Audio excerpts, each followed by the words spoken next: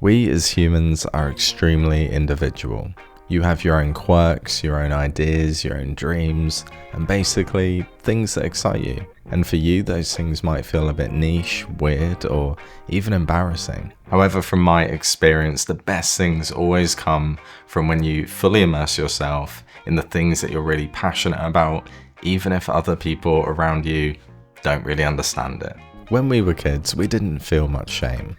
We didn't care about what people thought about our interests or our hobbies. Unfortunately though, somewhere along the line, we lost that and we started to really care what others thought about us. We start to dampen down our silly ideas and our weird interests take a back seat. I do genuinely believe though that when you fully immerse yourself in these kinds of things, it does make you happy and it's just good for your soul. So I'm going to tell you a few ways that I managed to embrace my weird interests and follow through on some pretty unique dreams that to others probably looked a little weird, but to me made me happy.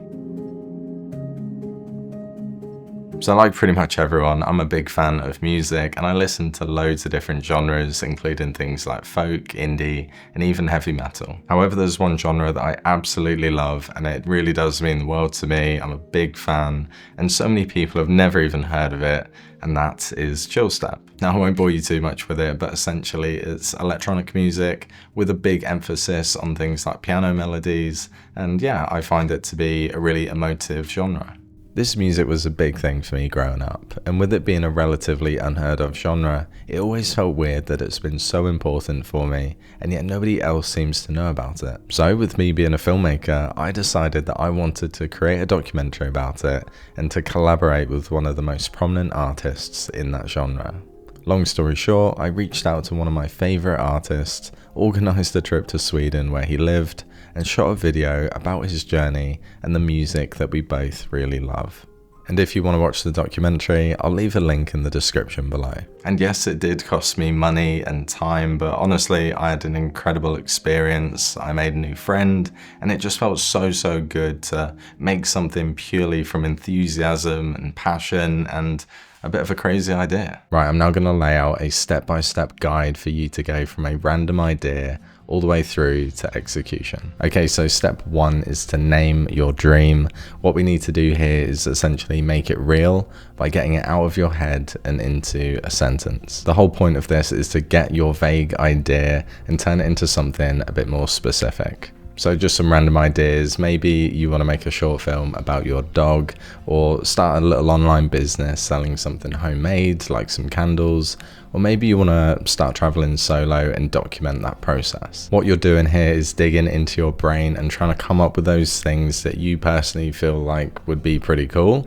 Maybe other people aren't asking for it, or maybe there's not a big demand, but for you, it feels important. Step two is to define your why. At this point, we're trying to work out why does this matter to you and what kind of emotions does it make you feel. And this part is really essential because it's basically going to act as your fuel to get the idea going. For example, when I made that documentary, I was personally fueled by my love for that music genre, and also the fact that I could be the first person to make something about it and to tell the story of it. And for me, that was my fuel. And the goal here really is to understand why it matters to you. Why are you doing this? Why do you think it would be a good thing to pursue? Because, you know, if it kind of falls away at this point in the process, maybe it's not an idea that you should be going for. Okay, so now what we need to do is shrink the dream down into something that is actually manageable. We need something that's tangible for you to do now, and we need to start ticking things off either today or perhaps in the next week. So let's say you were trying to make a film about your dog. The first thing that you could do is go for one dog walk, film it, and try and get the best shots out of it. Another thing that you could do to prepare for this is to watch similar content that you like and screenshot different frames of it and create a mood board and something that's going to inspire you to get going with that project. Another example would be if you wanted to get into gardening and growing vegetables or flowers. What you could do to get started is to get your first raised bed, either go out and buy one or even build one yourself. Basically, you need to be thinking what part of this dream, what small little chunk of it can be ticked off this week. Okay, so the next step is to set up your system, and what we need to do here is either allocate a big chunk of time so you can actually carry out this thing that you want to do, or designate a small amount of time per week to this goal. At this point, now that you've got the ball rolling, we're going to need to set aside either a big chunk of time for you to make a dent in this dream, or perhaps put aside little chunks of time each week to keep that dream alive. And this is where you can use your calendar app to essentially make your own deadlines and to block out periods of time for you to get things done. And it might not even be the case that you really need to make a big system. You might just actually need to look on your calendar and see a free weekend in a couple of weeks' time and block it out and sort of say to yourself, this is when I'm doing that thing. And the last step once you're finished is to actually share it with the world, or at least someone you know.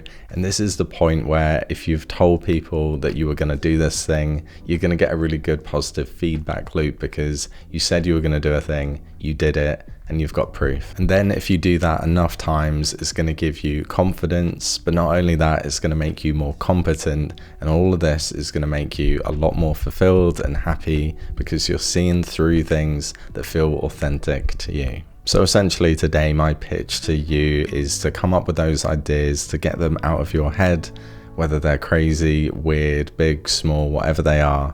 You should go and follow them. Now, I don't know what ideas that you have, but like I said before, these should be the ones that make you crack a smile when you think about them, and they make your eyes widen at the thought that you could actually do it. I've always tried to keep this ethos close to me, whether that's in my professional work or even on this channel. You know, I think you will always create your best work and your most authentic work when you're enjoying it and you're doing it for you. So I hope this video has made you think about all of those weird and crazy ideas that you might have and how you can really make them achievable and real. I'd really love to hear all the different things that you want to do in the future, or maybe cool things that you've already done.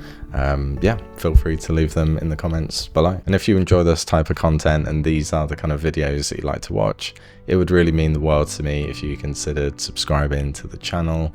Thank you for watching, and I'll see you next time. Cheers.